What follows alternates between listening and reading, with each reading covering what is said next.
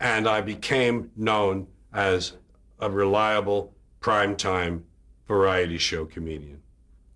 And the act that you were doing on these shows, or the writing that you were doing, was it dissimilar to the previous incarnation? Was this starting to shift? It wasn't shifting much except that I was casting about for new subjects. I didn't fit. And here's what I was missing. I was missing who I was. I began with a dream of being Danny Kaye, which is a very mainstream dream. It's very middle America. It's a people pleaser job. And I dreamed a path that was traditional. Comedian, disc jockey, comedian, actor, big success. A mainstream dream.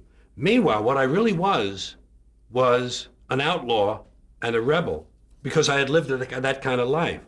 I got kicked out of 3 different schools. I got kicked out of the Air Force. I got kicked out of the choir. I got kicked out of the altar boys. I got kicked out of summer camp. I got kicked out of the Boy Scouts.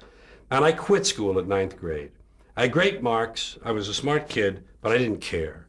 They weren't teaching what I want. I didn't give a shit. It's important in life if you don't give a shit. It can help you a lot. So I didn't give a shit.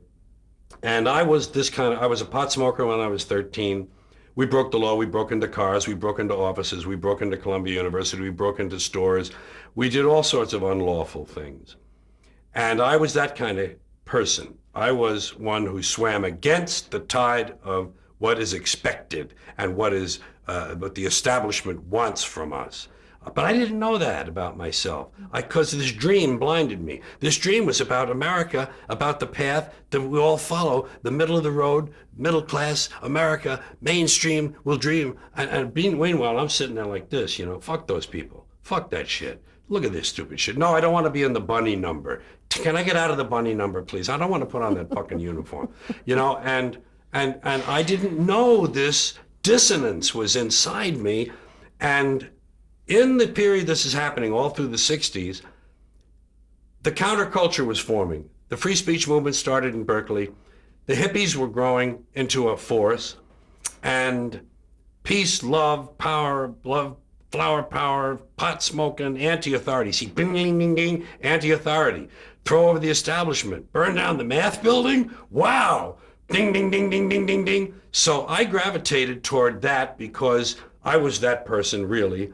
And the people I hung around with were that way. The musicians I knew in the late 50s had gone through that transition. Suddenly they looked different and their music changed. And I'm listening to people like the Buffalo Springfield. I'm listening to Bob Dylan. I'm listening to these people and I realize these artists are using their talent to project their feelings and ideas, not just please people. And I suddenly was able to see my place and to realize I was in the wrong place. You see, in 1967, the summer of love, the peak of the hippie movement, I was 30.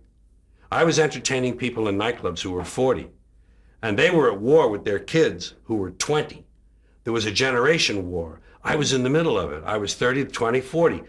And I'm going, see, what the fuck am I doing over here? These are the people that will at least understand me and give me a chance. So it took 2 years. I didn't go to the mountain and come back different. I didn't do a Bobby Darin. I didn't do a whatever, those people who just go away and they're back new suddenly. I took 2 years to change, and it happened on television.